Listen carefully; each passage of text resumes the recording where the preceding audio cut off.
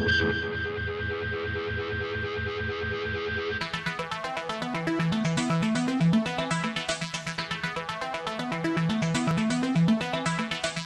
are running a e-license coach for coaches in Spanish. Will be the e-course.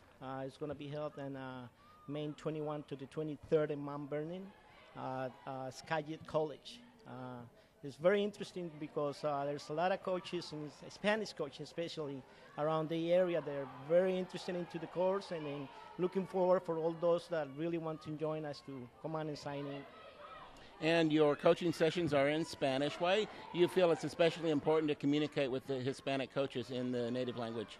Correct. Yeah, it's a lot easier for them. You know, they see a lot of simple things. You know that we got soccer in our blood. You know, and then Hispanics know the soccer very well. So when they come to these coaching educations courses, they really went out happy, learn what they learned, and say this is so easy. This is now more simple. I know how the methods of coaching here in the United States work. So that's basically what we are encouraging all the coaches in Spanish to come and take it. And you're also involved with an indoor tournament that's going to be right here at Starfire with Washington Youth Soccer coming up in June. Tell us a little bit about the planning for that and the dates that you're going to be running that tournament. Yeah, correct. It will be in June 19 and 20. It's for boys and girls U11s, 18s. And it's going to be very interesting. You know, we encourage all the clubs, teams to come and join us. We'll be limited space for teams, but hey, come and join us. It will be competitive. It will be nice. We will have a lot of surprise there in the tournament. Yes. So will that be 6 players aside?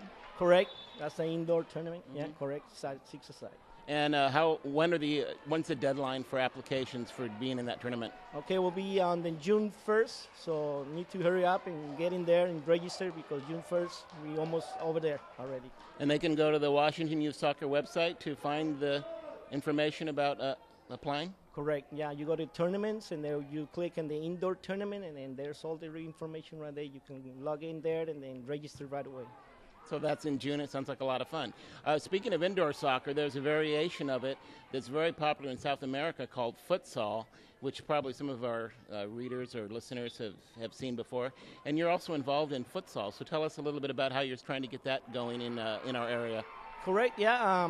We kind of starting, in the north. I've been meeting with some of the directors for this futsal academy, and then my plan is to bring this beautiful game to the futsal, who gives kids a lot of foot skills and conditioning to here to the state, and then grow it up and then have leagues, tournaments, and in the end, like a state tournament too. But yeah, we are getting in touch with a lot of people around now. If you are or have an academy indoor that already started, go ahead and contact me at Washington Youth Soccer, and then we can sit down with you and help you up, and then we may come up and start a very good tournament in futsal.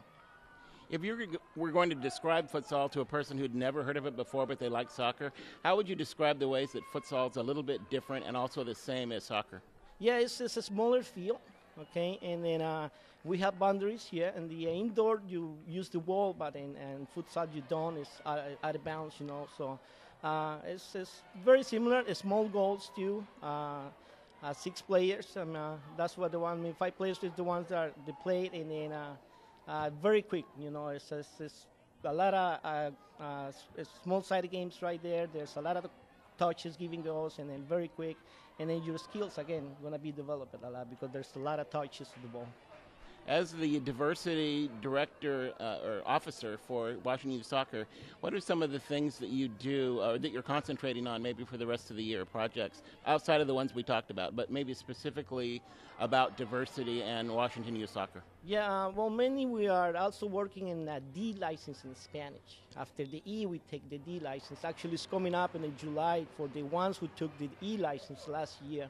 I'll be focusing on that too, and then trying to see if I get my coaching education, get my higher license too, and work with the C in Spanish, which is possible, but I would like to do too. Yeah. And how did you initially get connected to Washington Youth Soccer?